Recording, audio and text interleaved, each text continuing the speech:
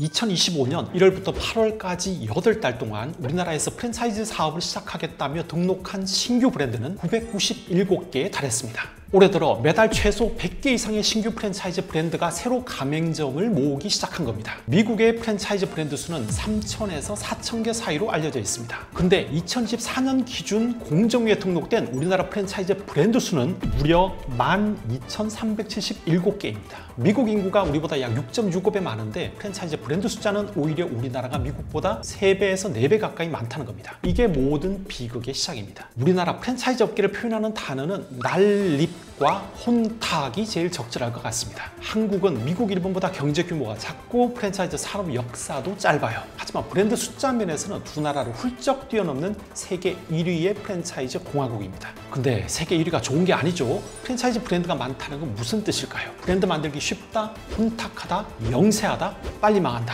한마디로 퇴직자들 주머니 털어먹기 좋은 나라 1위라는 말입니다. 규제가 느슨하니까 한탕하고 뛰는 떴다방 브랜드가 많죠. 프랜차이즈 잔혹사가 계속되는 이유입니다. 자, 도소매나 서비스 프랜차이즈를 빼고 외식업만 보겠습니다. 공정위가 발표한 2024년 말 기준 외식업 프랜차이즈 브랜드 수는 9,873개입니다. 외식업 가맹점 수는 몇 개일까요? 18만 942개로 나옵니다. 브랜드 숫자에 비해 가맹점 숫자는 생각보다 많지는 않죠. 왜냐? 영세 브랜드가 많아서 그래요. 외식업 프랜차이즈 기준 가맹점 100개 이상 되는 브랜드는 3.1%에 불과합니다. 10개에서 99개는 21.4%, 10개 미만의 가맹점을 보유한 영세 브랜드가 74.5%를 차지합니다. 이웃나라 일본은 어떨까요? 조선일보 기사에 따르면 일본의 프랜차이즈 브랜드는 1,285개라고 합니다. 일본 인구가 우리보다 약 2.4배 정도 많지만 프랜차이즈 브랜드 숫자는 겨우 우리나라의 10% 남짓밖에 안 된다는 겁니다. 브랜드 숫자만 봐도 한국과 일본의 프랜차이즈 문화는 확실히 다른 것 같아요.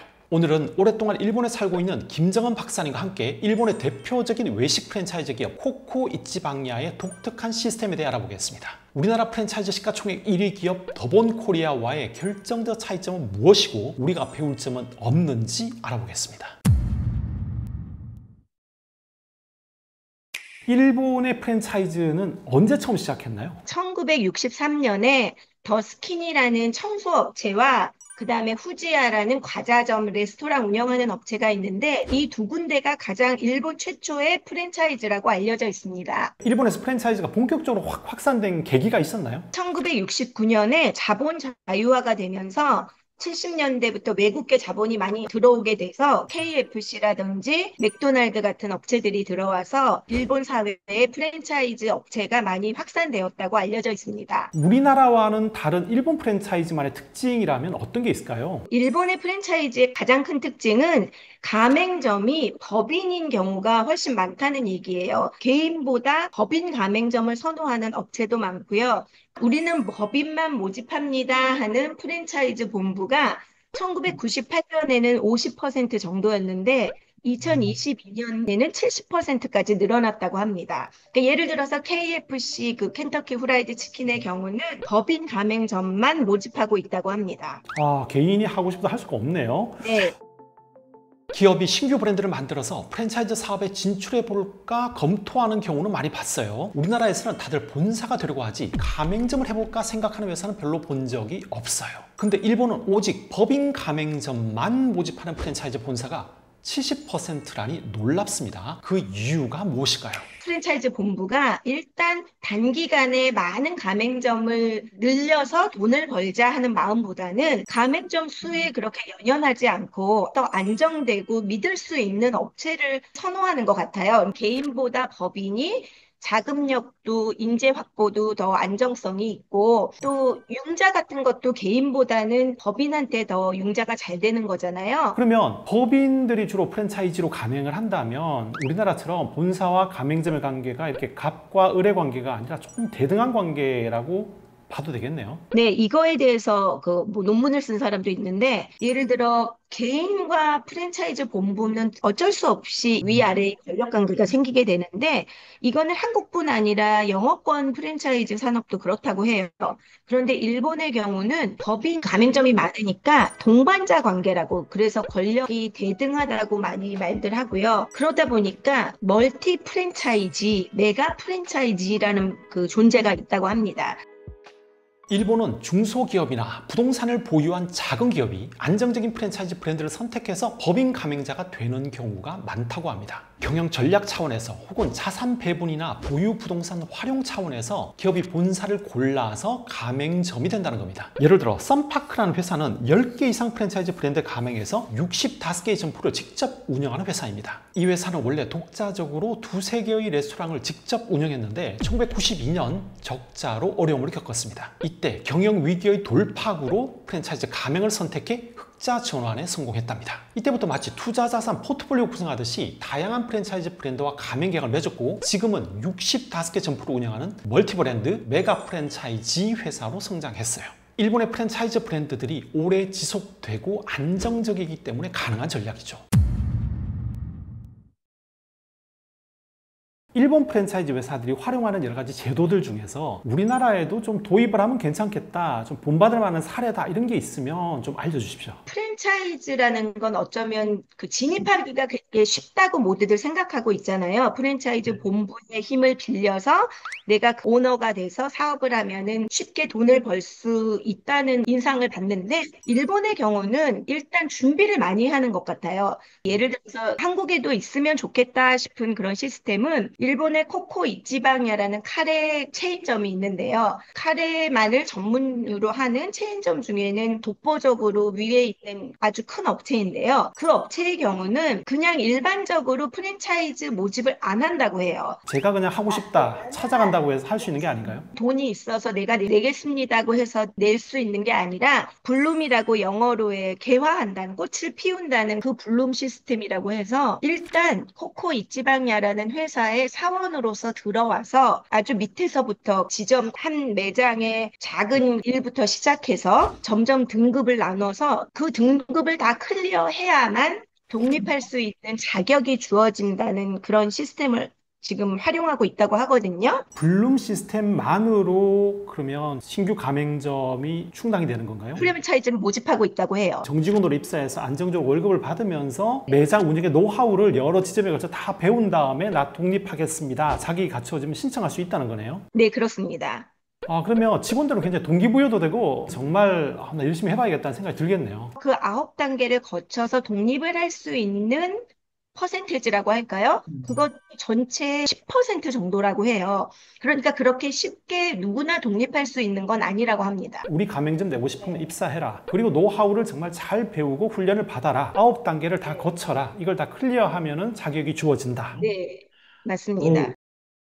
한마디로 코코이치 가맹점을 내고 싶다면 정직원으로 입사해서 9단계 이르는 과정을 다 통과해라 이겁니다. 우리나라 프랜차이즈와는 지향점이 다른 것 같아요. 우리나라에서 프랜차이즈로 크게 빠르게 성공하는 방법은 백종원 대표가 잘 보여줬잖아요. 미디어를 통한 대대적인 홍보로 빠르게 가맹점주를 모집하는 게 성공의 지름길로 여겨졌습니다. 외식업 경험이 전혀 없는 사람이더라도 빠르게 창업시켜버리는 거죠. 초기에 인테리어비, 가맹비, 교육비 한 방에 왕창 당기는 것과 차액 가맹금으로 유통 마진을 많이 남기는 게 주요 수익 모델입니다. 기존 가맹점이 계속 망해도 신규 가맹점만 빠르게 모집하면 본사는 돈을 버는 구조예요. 연예인을 모델로 써서 빠르게 가맹점을 모으는 무슨 화로구이, 한우 프랜차이즈 다 이런 전략이에요. 모두 백종원의 성공 방식을 따라가는 겁니다. 본사와 가맹점의 이해관계가 일치하지 않을 수도 있다는 말이죠. 창업 희망자를 정규직으로 뽑아서 월급 주면서 철저하게 트레이닝 시킨 다음에 점포를 내준다? 백종원 대표가 보기에 코코이치 시스템은 비효율의 극치죠. 근데 누가 더 오래 갈까요? 더본코리아일까요? 코코이치일까요? 결국 오래 살아남는 시스템은 코코이치일 겁니다. 일단 훈련받은 가맹점주 퀄리티가 다르고요. 본사와 가맹점의 이해관계를 일치시키는 면에서도 코코이치가 월등합니다. 일본에서도 코코이치의 블룸 시스템을 긍정적으로 다룬 기사가 많습니다. 일하는 사람의 꿈을 실현하는 카레업계의 왕 코코이치 방야. 그 압도적인 강점과 오너 육성 시스템. 일본 경제지 기사에 따르면 코코이치의 블룸 시스템은 일본의 전통적인 도제 시스템인 노렌 와케를 현대적으로 계승한 제도라고 합니다. 말하자면 이 블룸 시스템이 노렌 와케라고 보시면 되는데 일본에 여행을 가시거나 하시면 예를 들어 소바집이나 우동집에 가게 앞에 이렇게 천으로 우리나라에선 그걸 발이라고 하나요? 그 가게의 어떤 문양이나 가게 이름이 적혀 있는데 그거를 노렌이라고 해요. 예를 들어서 옛날부터 일본은 장인이라고 그래서 우동을 만드는 그런 노하우 같은 걸 이 우동집 주인이 점원한테 가르쳐 주잖아요. 그러면 네. 그 점원이 그걸 다 배워서 저도 이제 가게를 내고 싶습니다 했을 때 이 상호를 써도 된다. 우리 가게의 이런 문양을 써도 된다 하고 허락을 해서 이렇게 독립을 시켜주기 때문에 그거를 노렌와케라고 일본말로 하는데 말하자면 이 블룸 시스템이 그 노렌와케를 적용한 시스템이라고 그렇게 얘기들을 합니다. 스승님의 가게를 쓸 수 있게 해주는 거군요. 본점이 장인인 내가 이 식당은 보증합니다. 이런 의미군요. 네, 맞습니다. 인정해 준다는 얘기죠. 하산해도 된다 이 말이군요. 그걸 프랜차이즈에 적용한 거죠.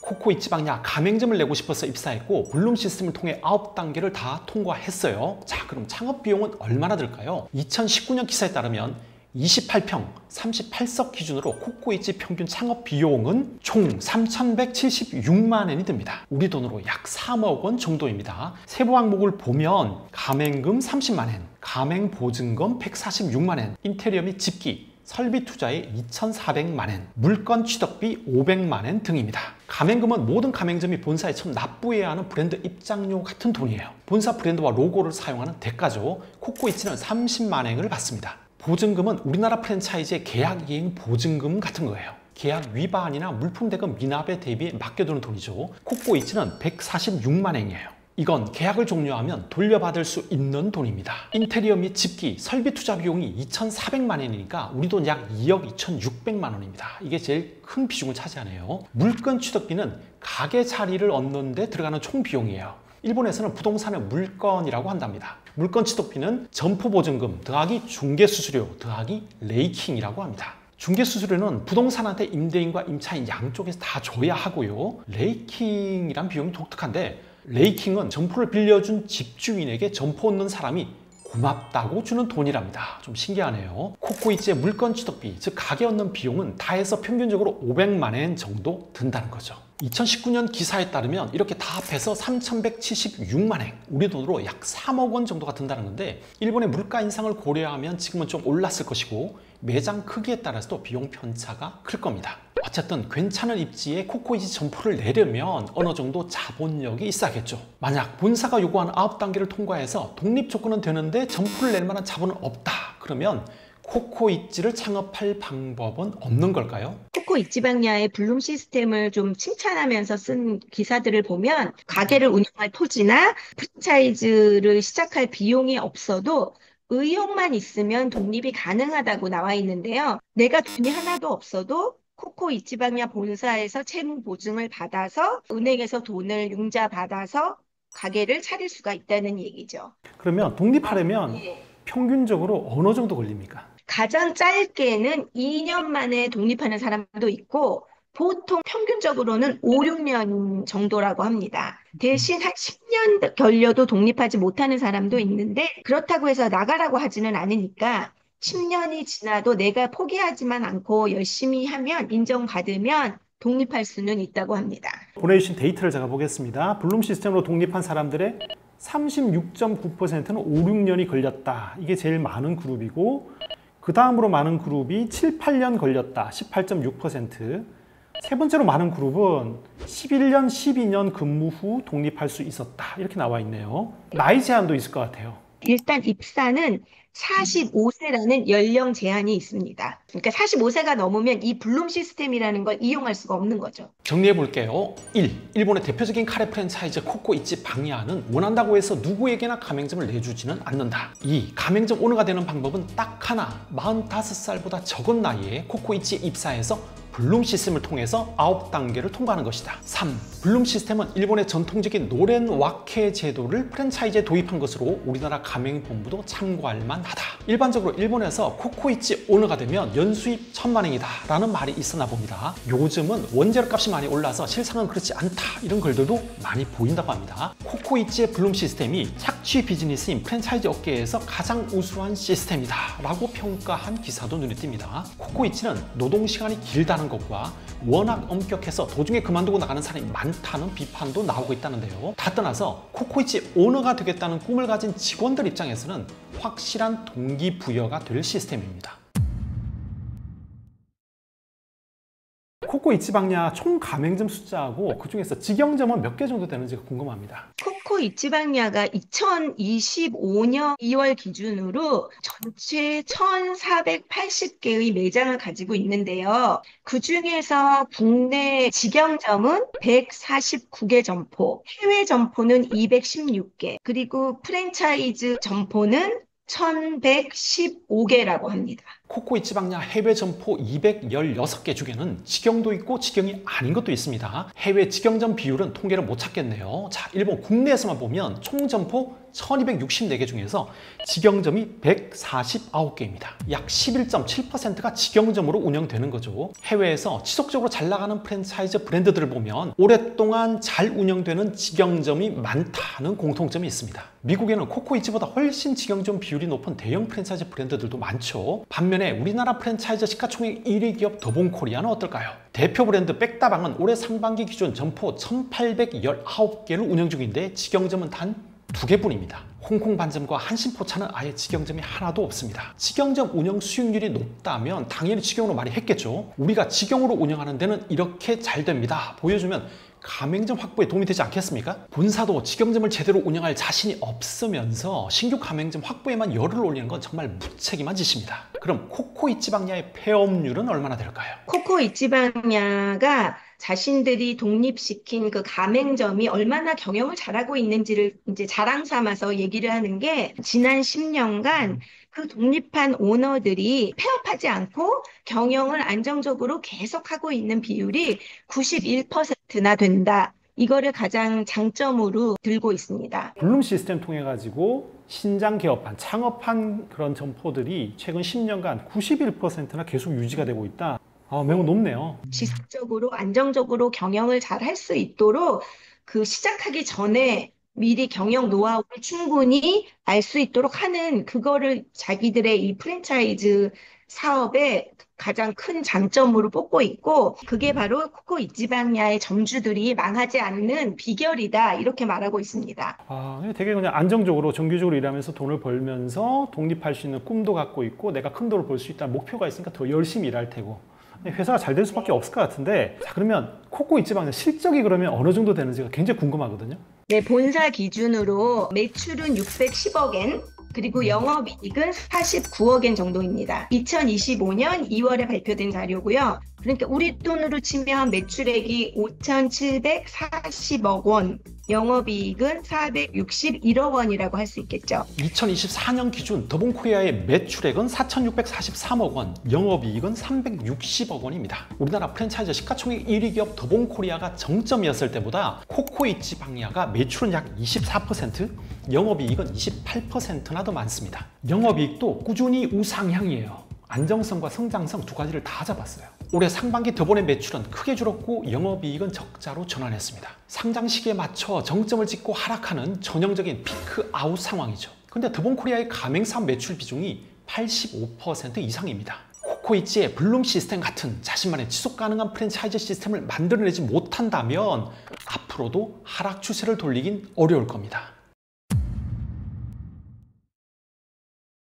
자, 더본코리아와 코코이치방야의 결정적 차이점을 정리해 보겠습니다. 먼저 코코이치에서 제일 중요하게 생각하는 건 교육과 가맹점주 선발입니다. 그래서 개발해낸 게 블룸 시스템이에요. 미래의 가맹점주 양성 및 교육 시스템입니다. 왜 이렇게 블룸 시스템을 중요하게 생각하느냐? 제대로 된 교육 없이는 맛과 위생, 운영의 일관성을 유지할 수 없고 가맹사업의 지속 가능성이 없다는 걸 잘 알기 때문이죠. 일본 여행 가시는 분들이 좋아하는 카페 프랜차이즈 중에 코메다 커피라는 브랜드가 있습니다. 코코이치처럼 나고야에서 시작한 커피 브랜드예요. 저도 몇 번 가봤는데 괜찮았어요. 이 회사는 작년 매출이 470억엔, 영업이익이 88억엔 정도 규모의 회사입니다. 우리 돈으로 매출액이 4,420억 원이니까 더본코리아와 비슷하고 영업이익은 828억 원 정도니까 더본보다 훨씬 많습니다. 김정은 박사님께 물어보니 취급하는 제품은 본사 공장에서 일괄적으로 제조를 해서 각 점포로 배송을 하고 있고요. 메뉴 조리도 간단해서 식자재 로스가 별로 없고 운영도 심플해서 프랜차이즈 가맹점으로 일본에서 인기라고 합니다. 이 코메다 커피도 가맹점 오너가 되기 위해서는 적어도 3개월 이상 철저한 교육을 받아야 한답니다. 운영이 굉장히 심플한데도 3개월이나 빡세게 교육을 시키고요. 가맹점을 내고 싶은 오너와 거기에서 일을 할 종업원 2명까지 총 3명은 꼭 교육을 받아야 한답니다. 이 3명 중에서 적어도 2명 이상이 교육과정을 통과해야 비로소 가맹점을 내줍니다. 우리나라 프랜차이즈 같으면 어떻습니까? 본사에 신규 가맹하겠다고 찾아오면 빨리 계약 도장 찍게 하고 후딱 가르쳐서 인테리어비 챙기고 유통마진 많이 남기는 게 목표잖아요. 근데 코메다 커피는 형식적인 교육이 아니라 가맹점 오너가 됐을 때 본사와 똑같이 얼마나 안정적으로 오랫동안 영업을 지속할 수 있는가, 이걸 제일 중요하게 본답니다. 코코이치와 코메다 커피가 제일 중요하게 보는 지표는 폐업률입니다. 점포의 지속 가능성이에요. 빨리 점포를 많이 여는 게 회사의 목표가 아닙니다. 우리나라 프랜차이즈 본사들도 신규 가맹점 확보 중독에서 벗어나야 합니다. 그래야 지속 가능성이 열립니다. 코코이치에서는 이거 우리 짬뽕 아니에요, 이게 원천적으로 불가능하죠. 우리 짬뽕을 제대로 구현할 수 없고 균질한 서비스를 제공할 수 없는 사람에게는 아예 처음부터 점포를 내주지 않기 때문입니다. 코코이치와 더본코리아의 또 다른 결정적 차이점은 직원들에게 동기를 부여하고 꿈을 제공하는 시스템이 있느냐 없느냐입니다.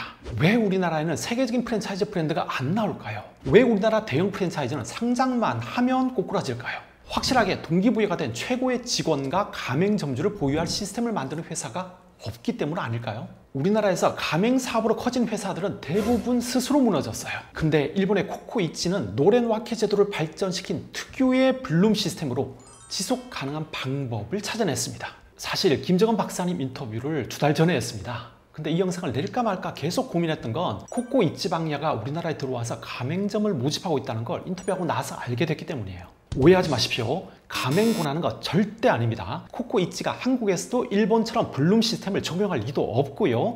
가맹점 등골 뽑아먹는 K 프랜차이즈 스타일로 운영할지도 모르는 일입니다. 다만 코코이치 일본 본사의 블룸 시스템은 우리나라 프랜차이즈 업계에서도 참고하면 좋겠더라 정도로 생각해 주십시오. 마무리하겠습니다. 코코이치를 보면서 프랜차이즈업 성공의 본질은 같은 꿈을 꾸는 최고의 가맹점주들을 사업 파트너로 맞이하는 거라는 생각이 들었습니다. 직원의 자발성을 이끌어내는 시스템으로 최고의 가맹점주를 양성해서 자영업 전쟁터로 내보내는 것, 코코이치 방야가 찾은 답입니다. 우리나라에서도 블룸 시스템처럼 자신만의 독특한 제도로 좋은 가맹점주를 확보해서 오래오래 사랑받는 프랜차이즈 브랜드들이 더 많아지면 좋겠습니다. 오늘도 화이팅입니다. 감사합니다.